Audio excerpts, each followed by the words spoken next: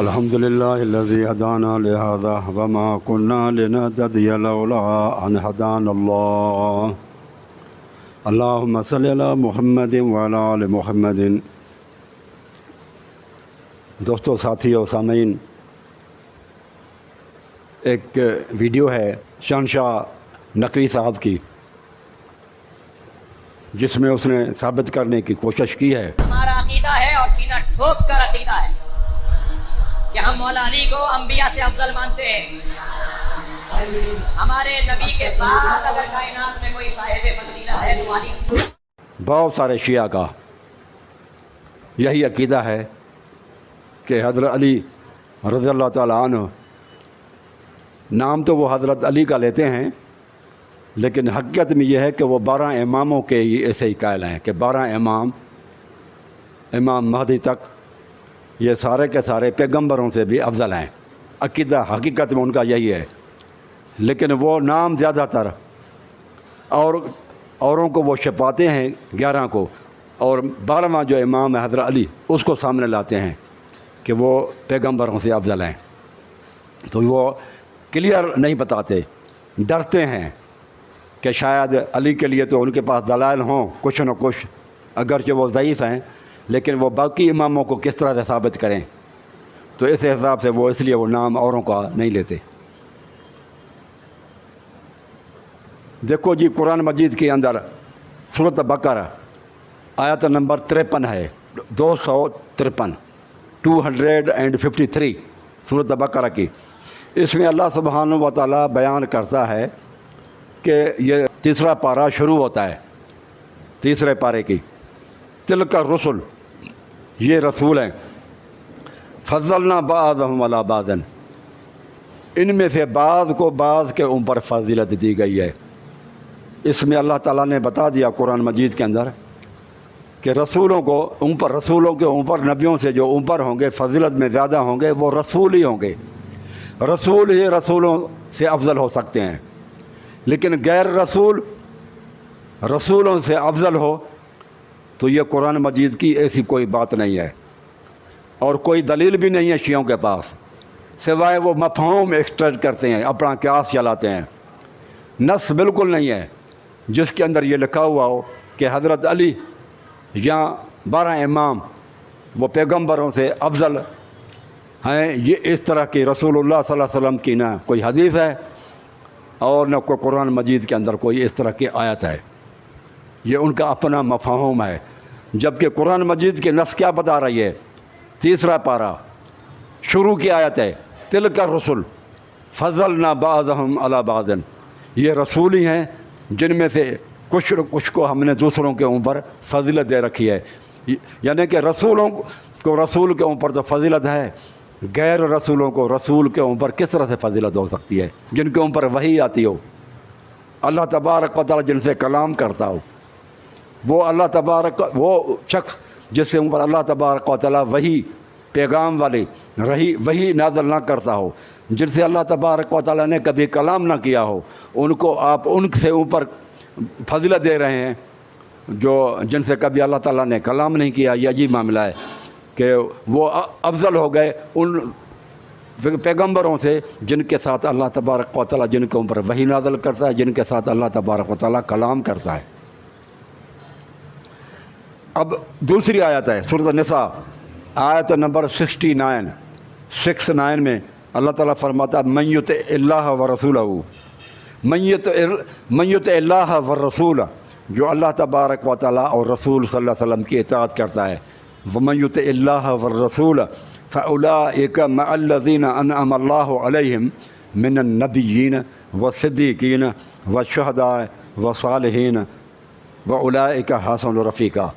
اللہ تعالیٰ نے قرآن مجید کے اندر اس آیت کے اندر بھی بتا دیا کہ ایک ترتیب بتا دی کہ وہ لوگ جو اللہ اس کے رسول کی اطاعت کرتے ہیں، فرمان برداری کرتے ہیں، قیامت کے دن وہ ان لوگوں کے ساتھ ہوں گے جیسے جن کے اوپر اللہ تعالیٰ نے انعامات کیے ہیں۔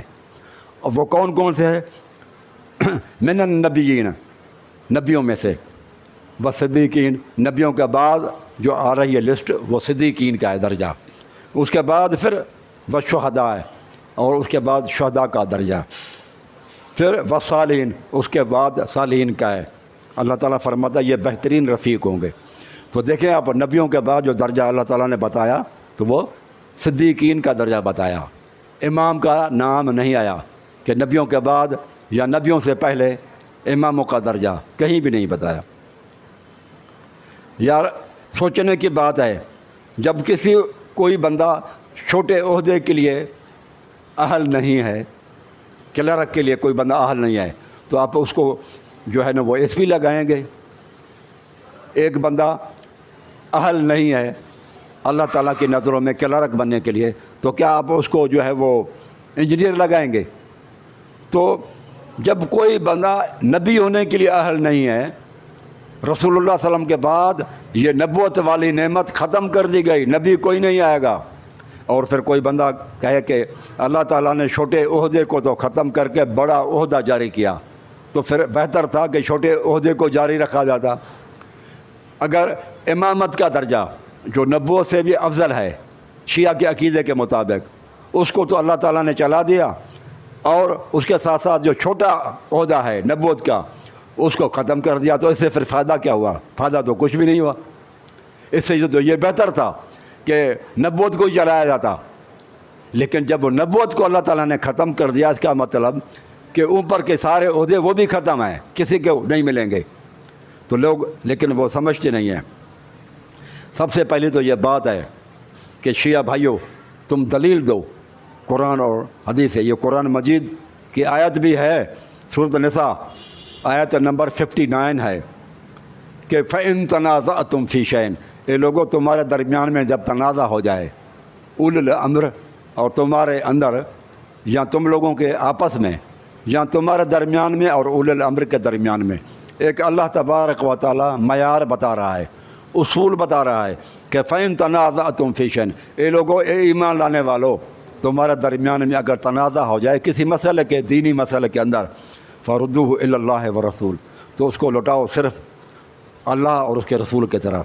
صرف پھر دلیل کے طور پر دو چیزیں ہوں گی، ایک اللہ تبارک تعالیٰ کا قرآن، اور دوسرا والرسول، اور رسول صلی اللہ علیہ وآلہ وسلم کی احادیث۔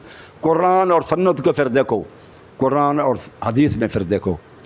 اب آپ کے پاس شیعہ بھائیوں، یہ قرآن مجید کی آیت سورۃ النساء کی آیت نمبر 59 کے حساب سے آپ لوگوں کے اوپر واجب ہے کہ اگر علی افضل ہیں پیغمبروں سے، تو قرآن مجید کی آیت پیش کریں، اپنا مفہوم نہ بتائیں، اپنے مفہوم اپنے پاس رکھو اللہ کے بندو، لیکن قرآن مجید کہتا ہے اللہ اور رسول کی بات پیش کرو۔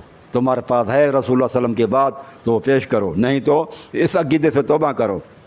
یار قادیانی کہتے ہیں کہ رسول اللہ صلی اللہ علیہ وسلم کے بعد ایک شخص آیا غلام محمد، وہ نبی ہے، تو دنیا والے کہتے ہیں یہ کافر ہیں، اور جو بندہ کہے کہ نبیوں سے بھی افضل 12 آئے تو وہ پھر وہ کفر نہیں ہوگا۔ یہ تو عقیدہ تو قادیانی عقیدے سے زیادہ بڑا کفر ہوگا۔ وہ بندہ کفر کر رہا ہے، وہ کافر ہو جاتا ہے۔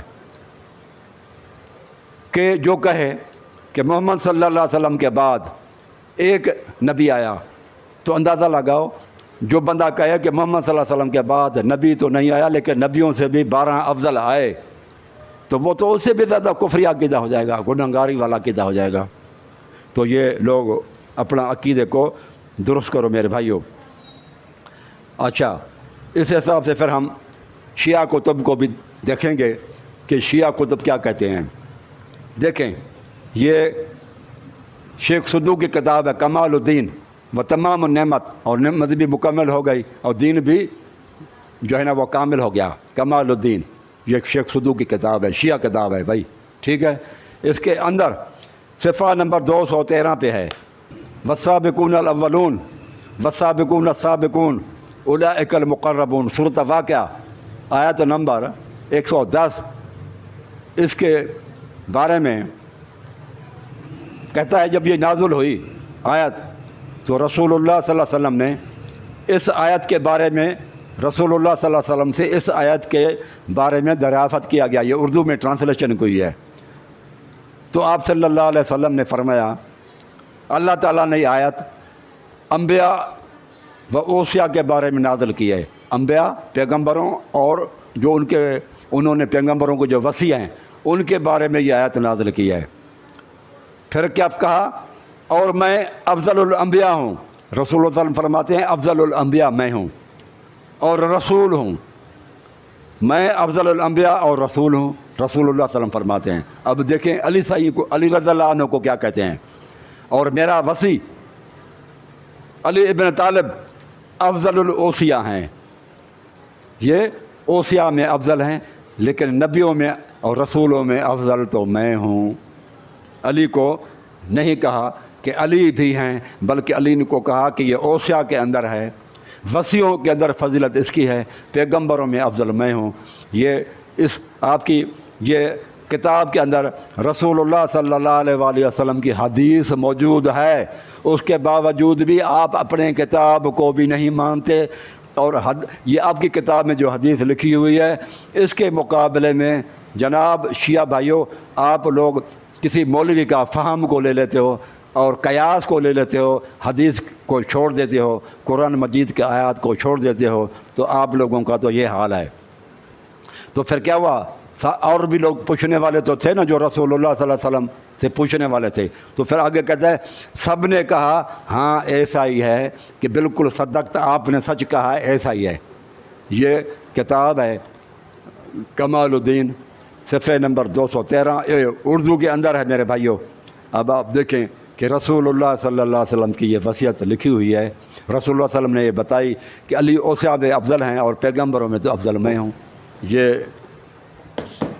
اس کے بعد پھر آپ دیکھیں احتجاج تبرسی ہے، اور یہ جلد نمبر 1 ہے، صفحہ نمبر 213 پر ہے، اس میں بھی لکھا ہوا ہے کہ والسابقون السابقون اولئک المقربون، وہ سئل انا رسول اللہ صلی اللہ علیہ وسلم، اللہ کے رسول صلی اللہ علیہ وسلم سے سوال کیا گیا، فقال، تو رسول اللہ صلی اللہ علیہ وسلم نے فرمایا انزلہ اللہ عز وجل فی الانبیاء و اوصیائہم، اللہ تعالیٰ نے یہ پیغمبروں کے بارے میں اور ان کے وصیوں کے بارے میں یہ آیت نازل کی ہے، فانا افضل الانبیاء، میں پیغمبروں میں افضل ہوں، انبیاء اللہ و رسولہ، اور اس کے جو ہے نا رسولوں میں، و علی ابن طالب، اور علی ابن طالب علیہ السلام وصی، وہ میرا وصی ہے، افضل الاوصیاء، یہ جو نا وصی کی جو ہے لوگوں میں افضل ہیں، اوصیاء میں فضیلت والے ہیں۔ کالو، تمام لوگوں نے کہا اللہم نعم، ہاں اللہ تبارک و تعالیٰ بے شک، اے اللہ بے شک۔ یہ دیکھیں صفحہ نمبر 213، اور یہ احتجاج تبرسی جلد نمبر 1 ہے، یہ ایران سے چھپا ہوا ہے، عربی کے اندر ہے۔ میرے بھائیو قرآن مجید کی آیت بھی ہے الیوم اکملت لکم دینکم، اے لوگوں تمہارا تو دین تو مکمل ہو چکا۔ اور اس کے بعد کیا اللہ تعالیٰ فرماتا ہے؟ عرفات کے میدان میں رسول اللہ صلی اللہ علیہ وسلم کا آخری حج ہے، آپ صلی اللہ علیہ وسلم نے فرمایا کہ دین مکمل ہو چکا، ٹھیک ہے، الیوم اکملت لکم دینکم۔ اور کون سی چیز مکمل ہوئی ہے؟ 2 چیزیں اللہ تعالیٰ فرماتا ہے مکمل ہوئی ہیں، ایک دین، اور دوسرا واتممت علیکم نعمتی، وہ جو نعمتیں ہیں نا دین کے اندر، دینی نعمتیں بھی پائے تکمیل کو پہنچ گئیں، وہ بھی مکمل ہو گئیں۔ اب آگے سے کوئی بھی بات دین نہیں ہوگی، دین تو مکمل ہو چکا رسول اللہ صلی اللہ علیہ وسلم کے زمانے میں۔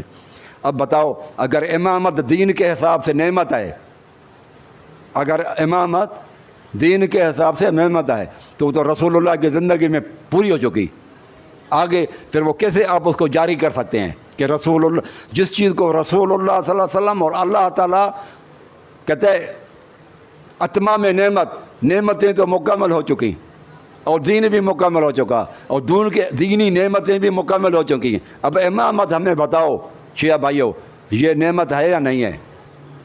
یقیناً نعمت ہے، اور آپ لوگ کہتے ہیں کہ نبوت سے بھی بڑی نعمت ہے، تو اللہ تعالیٰ فرماتا ہے یہ چیزیں تو رسول اللہ صلی اللہ علیہ وسلم پر اینڈ ہو گئیں، ختم ہو گئیں، اب آگے نہیں یہ چل سکتی، جاری ہو سکتی۔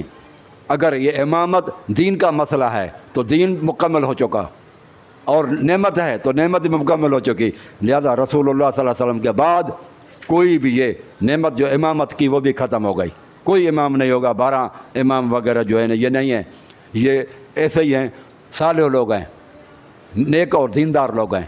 لیکن اگر آپ کہتے ہیں کہ امامت بھی نعمت ہے تو اللہ تعالیٰ فرمائے تو وہ تو میں نے پوری کر دی. رسول اللہ صلی اللہ علیہ وسلم تک یہ اینڈ ہے. آگے آپ لوگ تو جاری کرتے ہیں. آپ لوگوں کے عقیدے کے حساب سے امامت جاری ہے. اس کا مطلب یہ اللہ تعالیٰ کی یہ قرآن مجید کی آیت وہ صحیح نہیں ہے. یہ اللہ کی آیت یہ جو وہ قرآن مجید بیان کر رہا ہے وہ تو پھر غلط ثابت ہو جائے گی. لہذا قرآن مجید سچا ہے اور آپ لوگوں کا عقیدہ غلط ہے. میرے بھائیوں، ہماری ویڈیو اگر آپ سمجھتے ہیں کہ اچھی ہے تو ان کو شیئر بھی کریں اور سبسکرائب بھی کریں، کیونکہ یہ پھر صدقہ جاریہ ہے اور آپ لوگوں کے اندر یہ انشاءاللہ العزیز اللہ تبارک و تعالیٰ کے صدقہ جاریہ ہوگی. میکسیمم لوگوں تک پہنچائیں اور سبسکرائب بھی کریں. جزاک اللہ خیرہ.